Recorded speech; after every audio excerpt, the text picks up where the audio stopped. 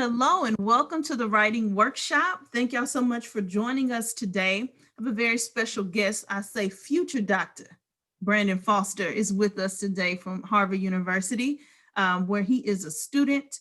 I want to take a second for you to introduce yourself. Tell the students a little bit about who you are, what you do, and then you can hop straight into the content that you have prepared for us today. As always, students, you can head to the Writing Hub page on the website and schedule your appointments for one-on-one sessions to get feedback on your writing at any stage in the writing process.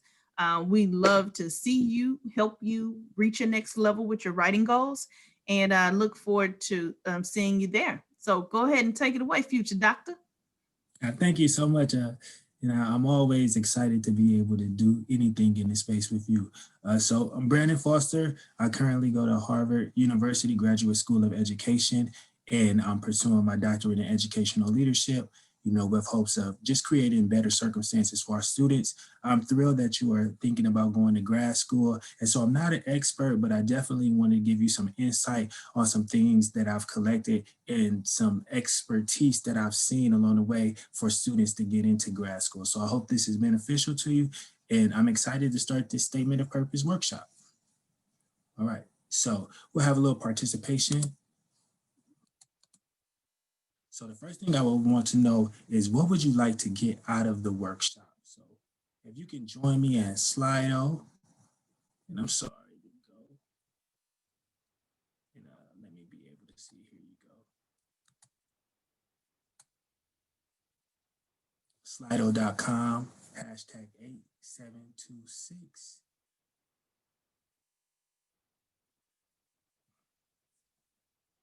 I always like to know what is our purpose and then be able to go from there.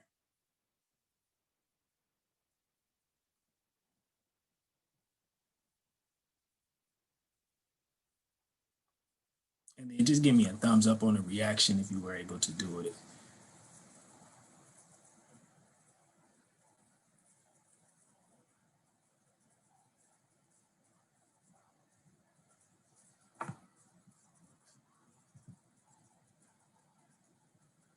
Okay, let's see. All right, you were able to do it. Let me see if it showed the results. Thank you. There we go. And now I see the results. Thank you. Practical steps for making the statement stand out. All right, well, that's definitely what you are going to get. I anticipated having more, but it'll be okay. From now on, we'll just go ahead and just share out specifically. So that's definitely what you'll get. And so hopefully this is very beneficial to you.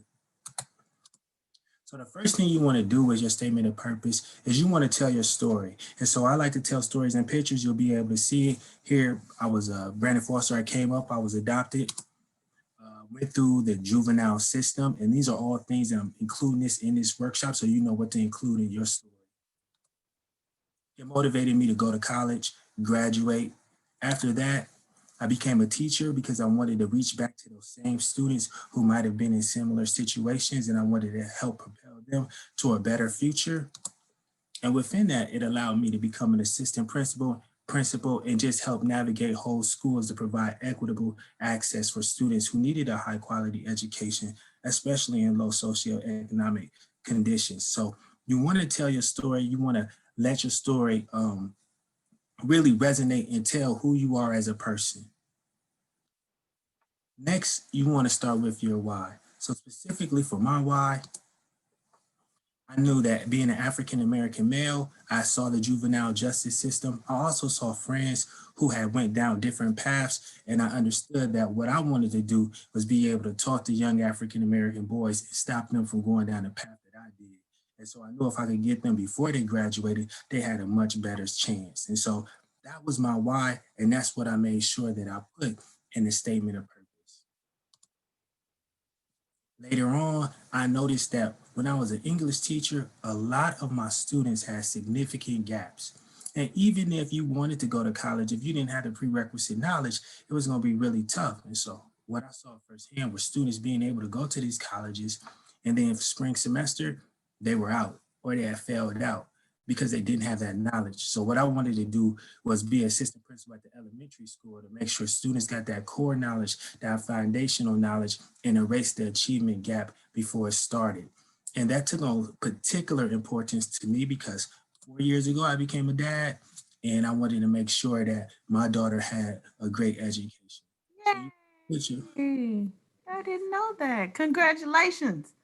Thank you. I appreciate that. So you want to tell your story because it's your story, and then you want to start with your why. So then you want to transition to what do you hope to accomplish, okay? And so when you talk about that, you want to be daring. Take the limits off. Imagine whatever you can. Be imaginative, be daring. Think about bold goals, what it is you want to accomplish in that graduate school, and how you plan to get there. Next, you want to talk about what you have already accomplished towards that goal. So for me, having a daughter, I wanted to make sure that more females got into STEM created jobs because I felt personally that that was the fastest way out of generational poverty. And so I knew if we can get more female students involved in those science, technology, engineering, and math pursuits, that it would reverberate. So at the elementary level, I created GSTEM. When I created GSTEM, I got a group of fifth graders, an all-girl group. We came up with great names, different things, and just try to find different activities that help them get motivated in science and technology. Now, you can have a really, really big, audacious goal, but that doesn't mean that you haven't took steps already to accomplish that. Whether it was just starting an after-school club or whether it was doing community service, whatever it is, you want to highlight that and show how you work towards that and how getting into graduate school will help or will serve, I would say that, will serve as a catalyst to help you with your future endeavors.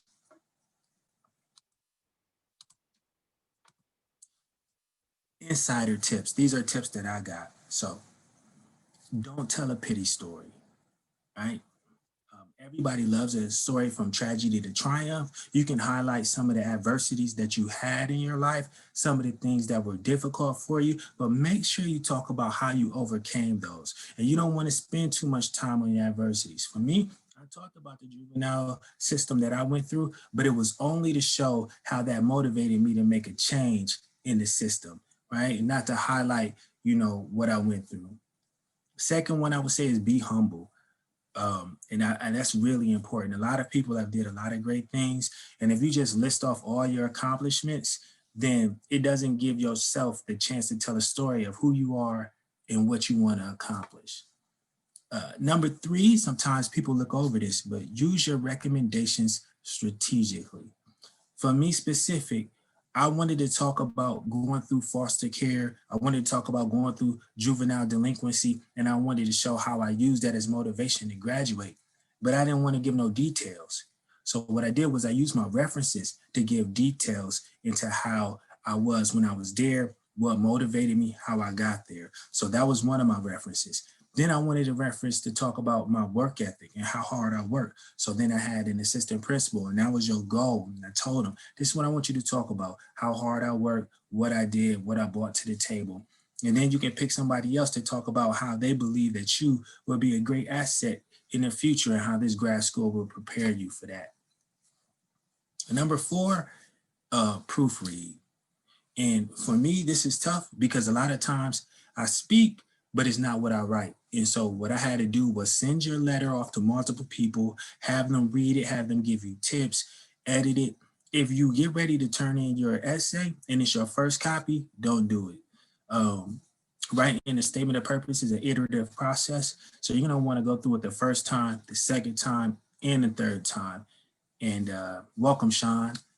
The third time that I wrote this was nothing like the first time that I wrote it. And so just keep that in mind. And then be you, for me and for Dr. Boyce, the Fresh Classroom, hip hop, poetry, being able to connect real world experiences is something that I know that she was really good at, something that I was good at, but also being able to keep the class engaged. And so for me, when I wrote my essay, I wanted to incorporate some of those things that made me unique, some of those things that made me who I am.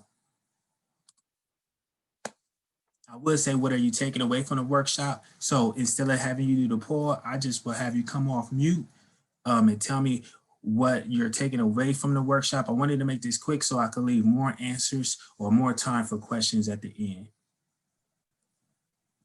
Thank you so much, future Dr. Foster. That was some really good information. If anybody has a question, Ms. Gibson just got on. I don't know if Brittany had a question because Arcelia hopped off.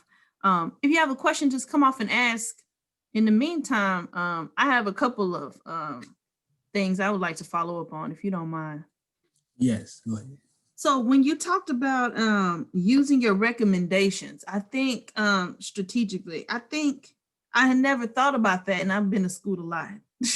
I think most of the time we send people that we want to do our recommendations, and we just say, "Hey, could you write me a recommendation for, let's say, grad school or for this scholarship or for whatever it is," but without even telling them what the focus is. And so I love how you focus on the strategy of what is it that I want these admissions people to know about me specifically, and then how do I make sure that I have a full picture. You know what I'm saying? So I'm thinking like your recommendations in terms of the grand picture is like, I'm going to write and tell them about these things, but then I also want them to know this and this that can't fit in that space. And so let me make sure I paint that picture. I think that's very strategic.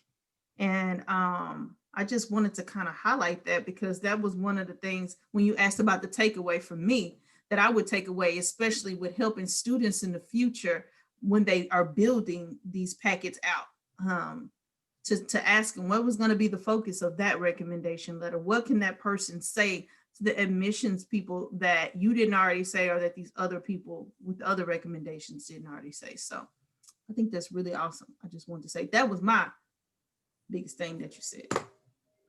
Yeah. And one way I looked at it is, I had three different sections, where I came from, my experience, and what I hope to accomplish. And then with those three different segments or those three different places in my essay, I wanted to use my references to kind of back up each one. Right. And so that's what you can see, a reference that talked about how I was when I was here, a reference to talk about my work ethic, and then a reference to talk about what I could bring to the table. And that's just that'll help you keep your essay really focused too. So how were you able to narrow down these tips? Because these are very good tips, and I wish I had known that way back when I was in grad school. Well, the first time I applied, I didn't get accepted. So I was like, whatever I did the first time is not working. So I actually went to a statement of purpose workshop, listened to some of the other people who had got accepted, and then it really helped me. And I think the ones that really helped me the most, I'll go back to it. The ones that really helped me the most was the recommendations. And then don't tell a pity story. You can tell about your adversity because everybody likes, a story of tragedy over triumph, and we all go through things. And I think that gives that vulnerability, hooks your reader and makes them want to say, this is why we need it, because they'll be empathetic and they'll also help you. But empathy and sympathy is really different. Empathetic could get you help, sympathy could get you killed. So nobody, will be sympathetic for you, but they definitely be empathetic and want to help you along your journey. That's good. I was gonna say for the students that will watch this in the playback, let's say they're like, I need some tips, I need some help, I don't know where to start. We're gonna direct them to this video and let them kind of get some of these insider tips from you as they're starting. And I think this part about not telling a pity story, I guess I hadn't really thought of it because working with students, I've been trying to get them to tell their story because some of them I noticed were telling versus showing the experiences. So they may say, like when I heard your story, they might say, I grew up in foster care and I was raised to believe blah, blah, blah, blah. And I've been trying to get students to lean into like, is there something you could say or show the person reading your paper about that experience, as opposed to just saying it in a sentence like, I was raised in foster care, which is flat. Mm-hmm. Anybody that had that experience could experience that. And so I'm always pushing them towards like, think of one scenario or one little instance that you can share with them that would help them understand that. But then again, like you said, I'm like, but you can't sit there, right? You can't give them a long drawn out story or like, one day I was, you can't do all of that because you don't have that kind of space. But I like the way you say, share a little bit, because that's for me the thing. I'm like, what's going to make you stand out from all the other students that are trying to get this scholarship money or trying to get admissions into this school? Share that with them. But like, and I'll give you an example. Like I had a student who said she had watched her parents. They used to go into trash cans to retrieve food. They worked as janitors, so they would go into the trash cans in the building that they worked in to try to salvage, food that they could give not only for themselves but for their kids to eat. And so she was just telling me like these different things, and I was helping her understand, like, could you take that experience? Like, I think that is a good snapshot for me as a person that's never experienced that, to understand, like, damn, that's intense. You know what I mean? Like, how do you take that and show the reader that as a glimpse into that experience, that part of your story, and then flip it on his head in terms of, like you said, how did you overcome that? What are you doing? What's your plan? How does it inform what you're going to do in terms of making the world a better place more generally, because you had that little personal experience? So I really love that. Don't tell a pity story, which is like, don't get stuck in that part, like, oh, let me in your school because look, it was so tough for me. Like, it's tough for everybody. I think that I think that one of the key components is writing an essay is also a way to do creative writing, right? We call it creative nonfiction in a sense, right? And when I say that, it gives you the latitude to tell your story how you want to, right? So I give you two examples. The first example, if I was that student, you could talk about how her parents dug in the trash can to get food, to make sure they have dinner, and how she had to dig in dark places to be able to, overcome that adversity and what she wanted to help other students, right? And so it's like you kind of use the allegory. I love using allegories, or you kind of, flipped it on his head, as you would say. For me personally, I really didn't talk too much, to be honest, about the foster care system. I talked about it. What really inspired me, or what I really wrote about, is just the conditions of the school that I worked in and the conditions of other school, and how it was not equitable, walking in and understanding that, it's a sewage smell, or just not equitable funding, and watching other schools in different places have all of these different, technological advances, and that's still struggling with tattered and wore down books. And I just used the juxtaposition of both of those to really bring my story into context. That's good. I love that. If anybody else has questions, just please hop off whenever you. Oh, Miss Gibson's off. There you go. Hey, I just want to say thank you. You gave some really, really good information, because sometimes it's hard to get them to understand what they need to write about and what they should focus on. So this is good. So I know that you're going to save it, Dr. Boyce, so they can go back and view it later. Is there a way to get maybe a copy of the presentation that we can just kind of maybe post in our classes somewhere in a module? Oh, sure. When we get off, I always download them. If you can just shoot me an email to remind me, and then I can attach it right to that email and then send it to you directly. Okay, sounds good. I will do that. Yes, ma'am. Yeah, I think in terms of questions, I don't really think I have any other ones. I don't know if the other two ladies want to hop off. I think you did a pretty thorough explanation um, in terms of what they should be focused on. Now, when you say proofread, you just said send it to a few people, but I'm always concerned about who they send it to, because I get students that are like, yeah, I had somebody proofread it, or my parent or my friend. And I'm like, that's what, say more about who. Like, how do you decide who you will trust? I use the word trust, and that sounds like it's so serious, but I'm like, I can't trust everyone to be able to give me the kind of feedback on my writing to actually make me better or make my writing better. How do you You can do decide? two things. You can utilize your writing center, right? And I think when you do proofread, and this is something that I should have got into more detail about, and I'll go into it, you want to have people proofread for two things, and you want to separate them. You want to have to proofread for content. Does it flow seamlessly? Can they follow the narrative that you're painting? Do they understand it? And then, of course, you want people to proofread it for grammar. Another thing that I did is you have Fiverr. there's plenty of people out there that proofread your paper, give you plenty of advice, that have a lot of credentials that you can check. You get papers proofread for $10. And so, I mean, that's a great investment because you'll be able to see exactly what you need to do for somebody that has a proven track record. Advice, man. I just got hip to Fiverr not too long ago by some other stuff, some other projects, but it's really dope and it's not very expensive. Go ahead, Brittany. So if they're obviously applying to a specific program, how much did they focus on that in their personal statement? Like with it being focused on like towards the program, this specific program.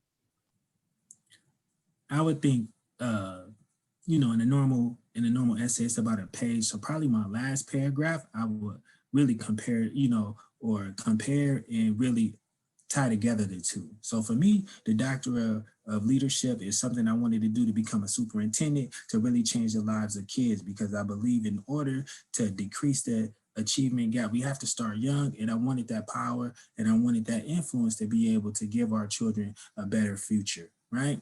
And so I was able to tie in my hopes and aspirations. I was able to, tie in what it is that I wanted to do with the program that I was applying for. And then another thing is you want to tell a story of self and then let it transition to a story of us. And then lastly, a story of we, right? So if you use that first paragraph to tell that story of self, the next body, tell that story of us, how it affected you, what you want to do. And then we, in reference to the grad school program that you're applying for, I think that'll be instrumental in helping you build sequentially to what you want to accomplish. I love that. Thank you. You just a gem a minute, Mr. Foster. You just a gem a minute. You just dropping them all over the place. That's why I wanted to have you, because I already know, you were an English teacher, you got the writing piece, you know how to navigate. And really, I think the bigger picture is that we're teaching students not only about writing, as a skill and a craft, but we're teaching them how to navigate institutions that have historically not been set up for us to be admitted, for us to be successful, for us to, so we almost in a sense have to give students the game, if you will. You know what I mean? Like when you're talking about the layout of that essay, I think having structures in place, I was always like a rubric kind of teacher, not to just necessarily project my own views on their writing, but to help them understand, to navigate in certain spaces, you have to be able to give people what they're looking for. And how do they know what that is unless we get a game to them? And so that's why I was excited to have you, because I know you've mastered this art of navigating these institutional systems. You know what I mean? And some people think it's like, oh, well, some people just get it and some people don't. It's like, no, someone has to give you the game a little bit at a time. Someone that has access has to reach back and say, this is how you get access. And outside of that, it's like we're always starting at ground zero, trying to just figure it out on our own. And it doesn't have to be that way. So that's why I've been inviting people like you or people that are in their respective fields to come and share their insight, because I can share my insight all day, but I work for the school. So I'll be around if they want to pick my brain. But to get y'all in here and really share, I'm grateful for you taking your time out of your busy schedule, because you've navigated these systems. Like you said, you've been rejected from your school of choice and you came back and you learned from the people that were accepted, learned, changed, modified your approach, and then you were accepted. And I think if we can learn from people like you, then maybe we don't have to go through the same thing. Maybe we can get in the first try, because we took the tips that you learned in your first attempt, and we used those and honed our craft. And so I said all that to say thank you for taking your time to share, for giving us really good tips. Even that Slido app, I like that just as a teacher, to use during these distance teaching classes that we're doing, to be able to have those points of interaction as we teach the students as well. So thank you for sharing that. If you have any final thing that you would like to say before you sign off, I'll let you tell the people where they can find you, connect with you, where you be at. Thank you. Brandon Foster at gsc.harvard.edu. email me. You have questions, I'll definitely get back to you, give you feedback. My last thing that I tell you is always incorporate your core value within your essay, right? And because that's what you can lean on, and that's what'll help you take it from an essay to in front of a board meeting to wherever job it is that you aspire to go to. So thank you so much, Dr. Boyce. Thank you, Brittany, for being here, and Ms. Gibson. I appreciate it. Thank you. All right. Now, Thank as you. always, y'all can always find more information at the Writing Hub page. You can schedule one-on-one sessions. When we're talking about proofreading, I'm available for proofreading and the Writing Center or the Writing Hub. So we look forward to seeing you, to helping you grow and become the best writer that you can be. We encourage you always to sign up in advance of the due date for your papers so that you can get meaningful feedback and have time to rework your essays. But join us there. And again, we'll see you next week for the next writing workshop. Thank you so much. Have a good one.